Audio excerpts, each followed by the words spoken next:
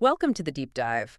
Today we are taking the self-help rulebook, lighting it on fire, and just tossing it out the window. We are. We're diving deep into Mark Manson's book that just completely blew up, The Subtle Art of Not Giving a Fick. And we have to start right there with that title. We really do. Because the original subtitle, which everyone seems to miss, is An Alternative Approach to Happiness and Success. This book is not, and I have to repeat this, it is not a guide on how to be apathetic. Right. It's not about being indifferent to everything. It's actually one of the most demanding guides to personal growth you could possibly read. Absolutely. Our whole mission today is to, shed some light on what it really means to live a meaningful life according to this philosophy. And the whole idea is this.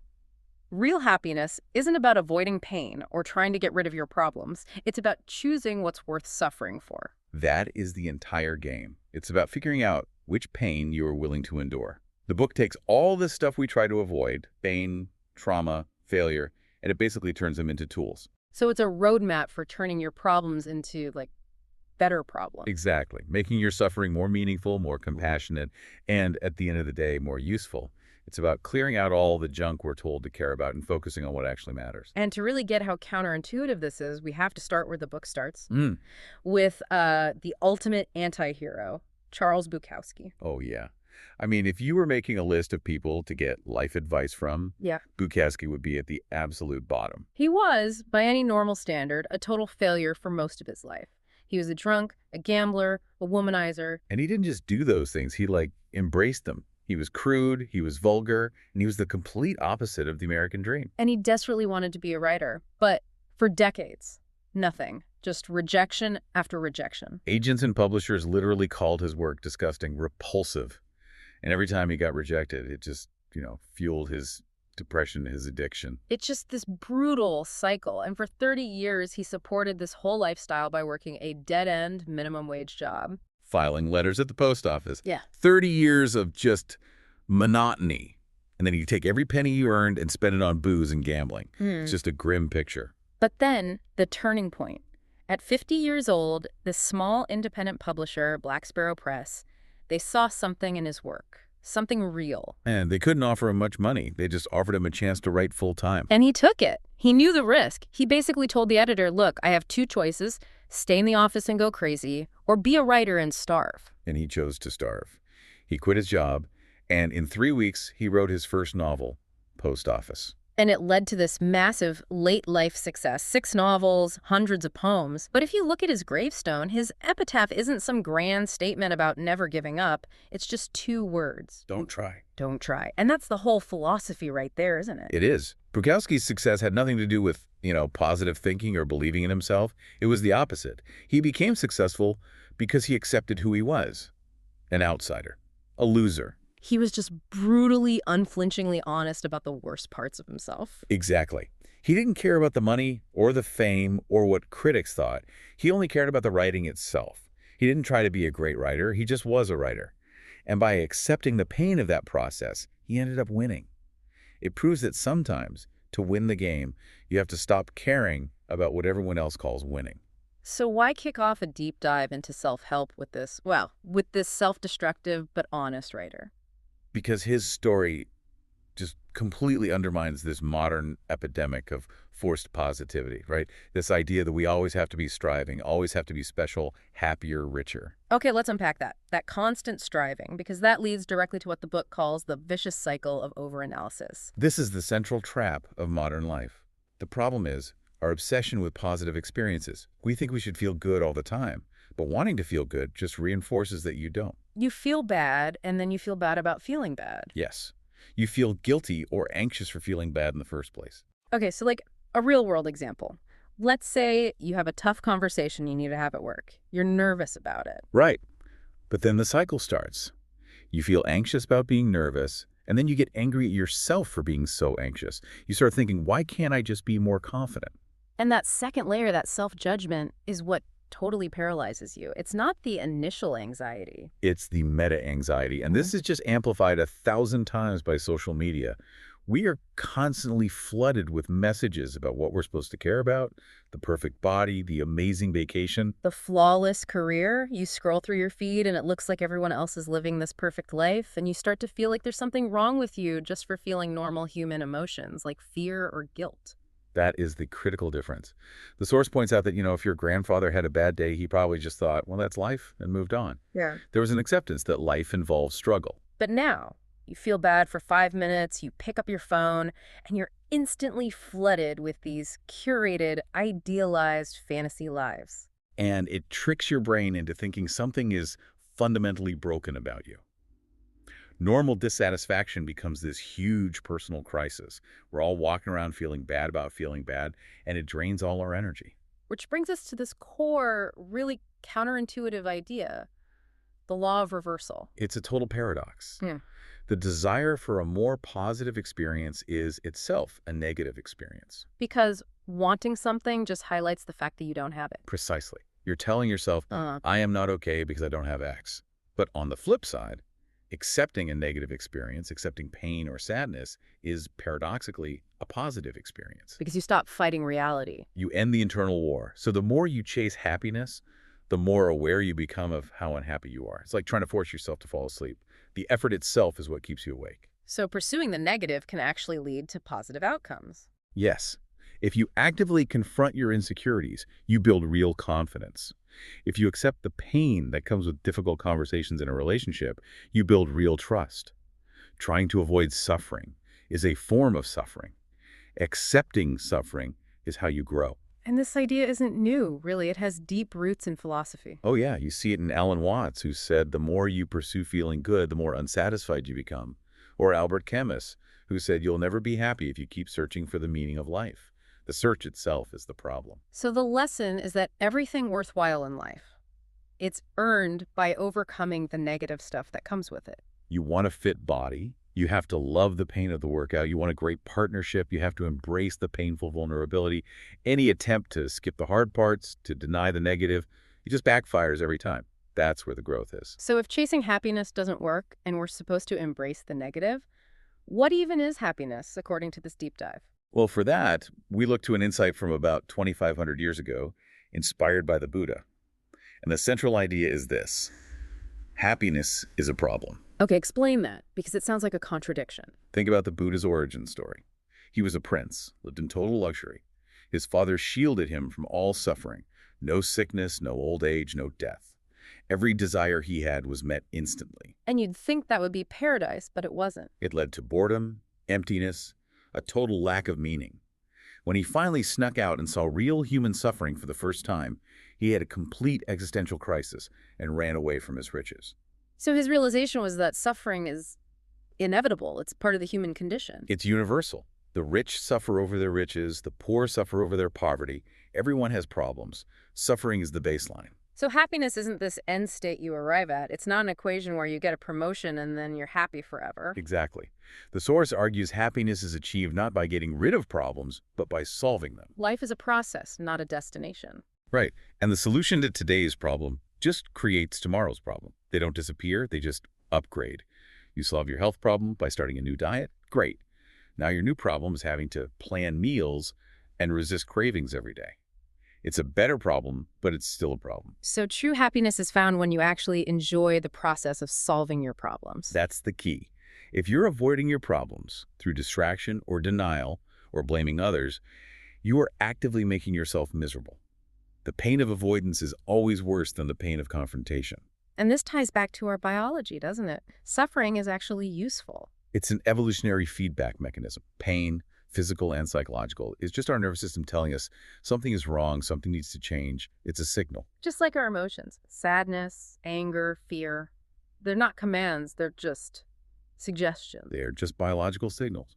Fear is a call to prepare. Guilt is a call to make amends. They're suggestions, not mandates we have to obey. The danger, then, is emotional reasoning. When we let those feelings drive the bus entirely. Yes, when people either totally repress their emotions or they over-identify with them, they'll say something like, well, I yelled at him because I was angry and I couldn't help it. That's using an emotion to justify bad behavior. Yeah. If you make all your decisions based on gut feelings without reason, you're going to fail. Emotions are meant to be questioned. And if we keep trying to change our external world to feel better, we just get stuck on what psychologists call the hedonic treadmill. It's such a powerful metaphor. Yeah. You run and run and run, you get the promotion, you buy the car, but you end up emotionally in the exact same place. You just get used to the new thing really quickly. Instantly. Your brain adapts, the novelty wears off, and you're back at your baseline level of dissatisfaction, already looking for the next thing. It's a machine designed to keep us striving, and if you don't understand it, you just feel like you're constantly failing. So if problems are inevitable and our feelings are unreliable, the real question isn't, what do you want out of life? That's the easy question. Everyone wants to be rich and famous and loved. The real hard question is, what pain are you willing to sustain? What struggle are you willing to choose? And that question redefines everything. We aren't defined by our dreams. We're defined by what we're willing to struggle for. The person who finishes a triathlon isn't the one who just dreams about the finish line. No, it's the person who genuinely learns to enjoy the grind, the pain of the training, the early mornings. The successful CEO is the one who thrives on the long hours and the political games. If you don't enjoy the struggle itself, you're never going to make it. The book uses that great anecdote about the guy who wanted to be a rock star. He was obsessed with the result. Totally. He fantasized about the applause, the fame, the victory. He was in love with the idea of being a rock star. But he hated the actual process. Hated it, the endless practicing, the rejections, being broke, hauling gear. He rejected the struggle, and so, of course, he failed. He discovered he was in love with the win, not the fight. And your struggles are what determine your success because they're the only true measure of what you actually value. Okay, so if we have to choose our struggle, we first have to get rid of this toxic belief that we're entitled to a life without struggle. Precisely. Which brings us face to face with what the book calls the tyranny of exceptionalism. Let's talk about the case of Jimmy, this delusional entrepreneur character. He's such a perfect example of this. Jimmy is the guy who's always talking about his next billion-dollar idea, but he never actually does anything. He lives off his family, he rips off other people's ideas, and he fails over and over again. But in his mind, he's a genius who's just one step away from massive success. His self-esteem is sky high, but it's completely unearned. It's based purely on entitlement and delusion. He genuinely believes he deserves success without doing any of the hard work. And the book traces this back in part to the self-esteem movement from the 70s and 80s. Yeah, this idea that we should raise kids' self-esteem no matter what. It led to a culture of participation trophies, where just showing up was treated like an achievement. And the reality check is, that doesn't work.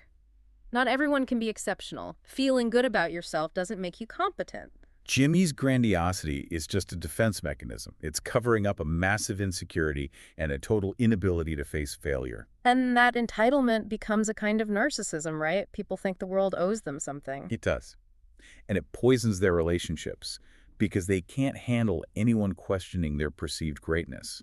They become passive-aggressive or emotionally abusive to protect their fragile ego. This whole problem is made so much worse by modern media. We're only ever shown the extremes. The billionaire CEO, the catastrophic disaster, the Nobel Prize winner, the standard for a good life has been raised to this impossible exceptional level. But most of life is just the mundane middle. The book mentions millennials, specifically as a generation often accused of this entitlement, fueled by technology that promises instant results. And it creates this constant anxiety and comparison.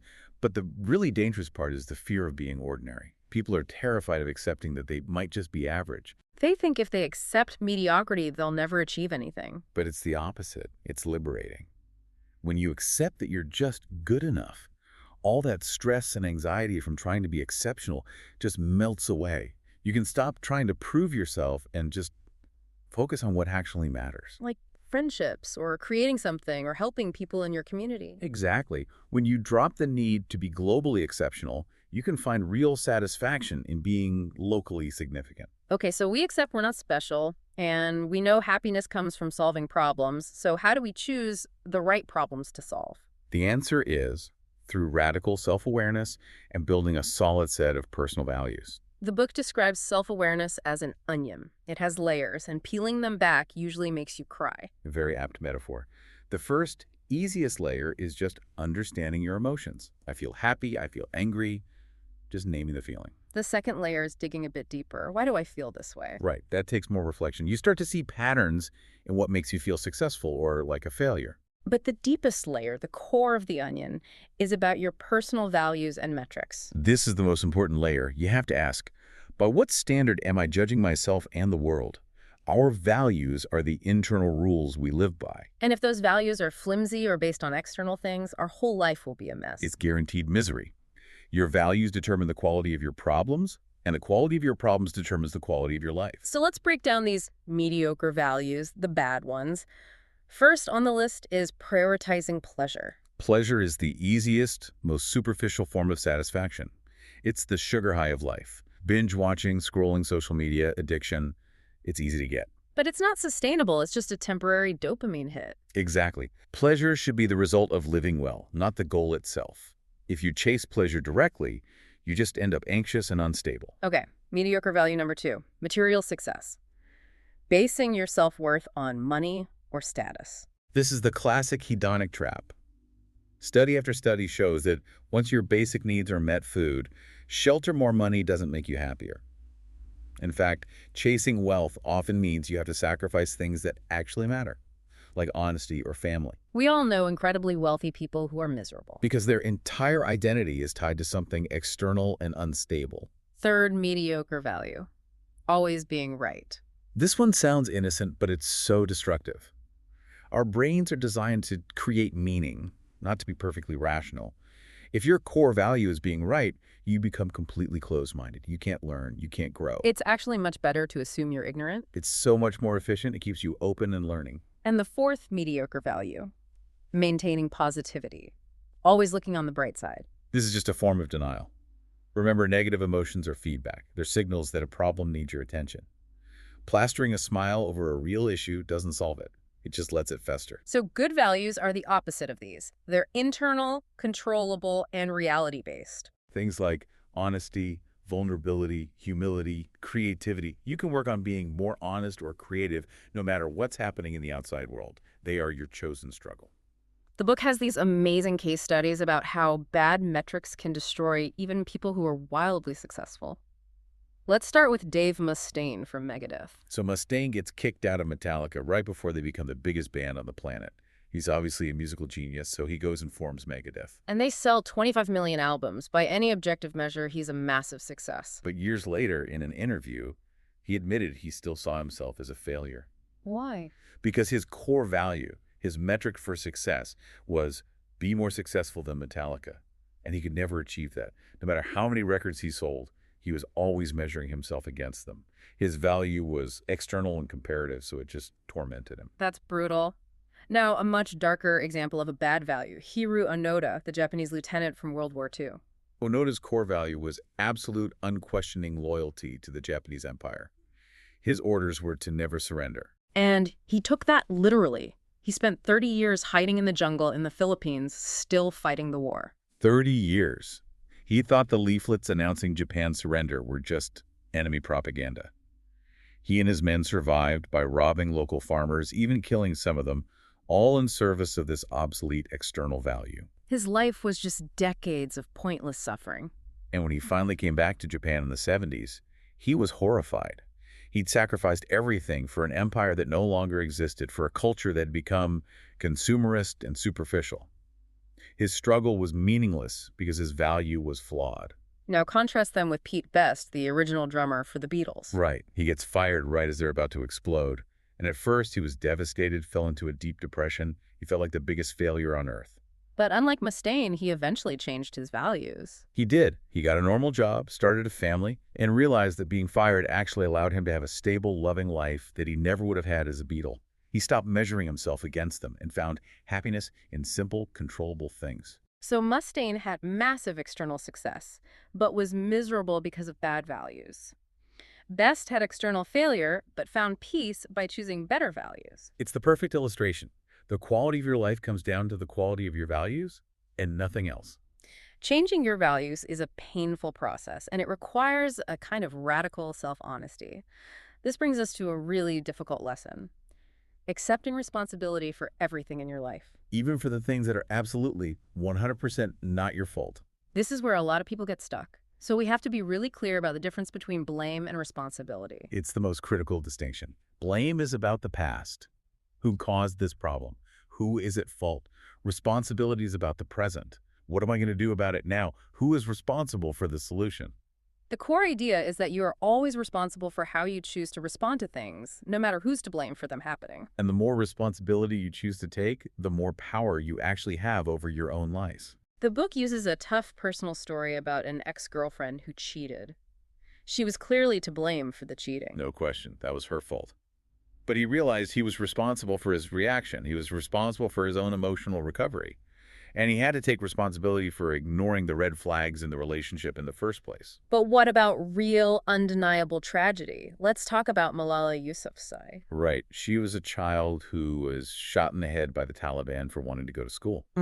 There is zero blame on her part. It was a monstrous act of violence. But look at her response. She took responsibility for the consequences. She chose how she was going to react to that trauma. Instead of becoming a lifelong victim, she chose to become a global advocate for education. She took responsibility for her story, and that is where her power comes from. She chose a higher value. This even applies to things we're born with, our genetics, the hand we're dealt. Exactly. You don't choose your DNA. You don't choose to have a condition like OCD. That's not your fault. But you are still responsible for how you play that hand. The book talks about patients with severe OCD. One person had to touch every surface, another was obsessed with germs. Their conditions are not their fault. But their recovery depends entirely on them taking responsibility. They have to go through this incredibly painful exposure therapy, forcing themselves to endure panic and anxiety. They have to choose a better value, a functional life, over the mediocre value of short-term comfort. It's a perfect example. They have to choose to suffer in the short term in service of a better life. That is radical responsibility. And what's the opposite of this? The book calls it victim chic. Victim chic is this cultural trend where people get status and attention by constantly broadcasting how they've been wronged. It's a way to feel morally superior without actually having to solve any problems. If you're always the victim, someone else is always to blame, and you're never responsible for fixing things. It's a comfortable trap, but it's ultimately powerless. So this whole idea of responsibility requires one final, very difficult step. We have to embrace uncertainty. Yes. The book is very clear that pure certainty is the enemy of all growth. If you think you already have all the answers, you stop learning. You stop questioning. The truth is, we're probably wrong about most things, and that's okay. Our brains are meaning-making machines, not truth-finding machines. We build these narratives about our life, these truths, and we cling to them, even when the evidence doesn't fit. The book talks about the Meredith Moran false memory crisis, which is a terrifying example of this. It is. Moran was a journalist who, through therapy in the 80s and 90s, came to believe she had repressed memories of being sexually abused by her father. She created this whole detailed story to explain why she was so unhappy in her adult life. Exactly. Her mind needed a reason for her pain, so it constructed one. But later, it was proven that the abuse never happened. Her memories had literally changed to fit her emotional state. It just shows how fragile our beliefs and memories really are. Which is why we have to be willing to doubt everything. Doubt our own intentions, question our values, get comfortable with not knowing. Uncertainty is where all progress begins. So we've accepted uncertainty, we've chosen better values, we're taking responsibility. The final piece is, how do we actually get started? How do we turn this into action? First, we have to understand what stops us. And that's Manson's law of evasion. The more something threatens your identity, the more you will avoid it. So if my identity is, I'm a lazy procrastinator, I will subconsciously avoid doing things that would make me successful and productive. Because that success would destroy your identity. It's terrifying, even if the identity is negative. We cling to what we know. So the solution is pretty radical. You have to kill your identity. It's a Buddhist idea, really. The self is just a story we tell ourselves. It's a mental construct. To grow, you have to be willing to let go of these rigid labels, whether it's I'm a special genius or I'm a total loser. The advice is to define yourself in much broader, more mundane terms. I am a student. I am a partner. I am a creator. Things that are processes, not fixed states. It frees you from having to defend this fragile, unrealistic identity all the time. If you're secure in just being an ordinary person, it's so much easier to act without fear. And that leads to the final, super practical principle. Do something principle. This flips the script on motivation. The conventional wisdom is that you wait for inspiration to strike, then you take action. I'll go to the gym once I feel motivated. Right. But this deep dive argues that's completely backward. Motivation isn't the cause of action, it's the effect of action. So the formula is action, inspiration, motivation. Action comes first. The secret is just to do something. Anything. The smallest possible step. Don't sit around overthinking it. Just start moving, and the inspiration and motivation will follow. The author gives that great personal example of starting his online business. He hated his job, but he wasn't motivated. He was terrified. He was confused and had no idea what he was doing. But he just forced himself to take the first simple action. He started a blog. And all the good ideas, all the confidence, all the motivation came after he started working. But we need to be clear. This process of changing, of taking action, Yeah. it's not easy. It's painful. It's incredibly painful. When you decide to adopt a new, better, value-like, choosing integrity over a shady but high-paying job, you're going to face a lot of conflict. Both internal and external. Absolutely. You'll feel like a fraud. Your old friends who are part of your old value system might reject you. The cost of change is losing the comfort of your old self. But that pain, that resistance, that's actually a sign you're on the right track. It's the friction required for growth. You have to be willing to endure the pain of becoming someone new. So, to wrap this all up, the ultimate point of this subtle art isn't to stop caring about everything. No, it's the opposite. It's about caring more deeply, but about fewer things. It's about reserving your limited energy for the things that are true, immediate, and really matter. We only have so much energy. If we waste it getting upset about a rude comment online or a TV show getting canceled, we have nothing left for the real important struggles. And the key to a good life isn't about finding a way to escape problems or pain.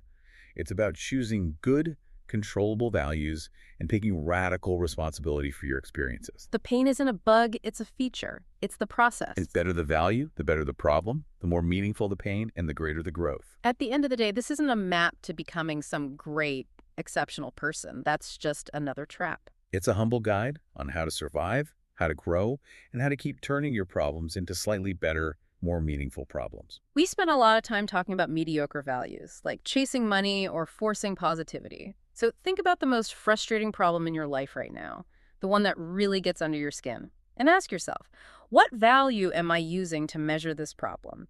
Is it a solid internal value that serves my growth? Or is it a flimsy external one? And here's the final provocative thought to take with you. If you had to sacrifice one major area of your life, your entire career, your most important relationship, or all your money, to fully live by your single most important controllable value, like radical honesty or humility, which would you choose to give up and why? That incredibly hard choice, that's where the real work begins.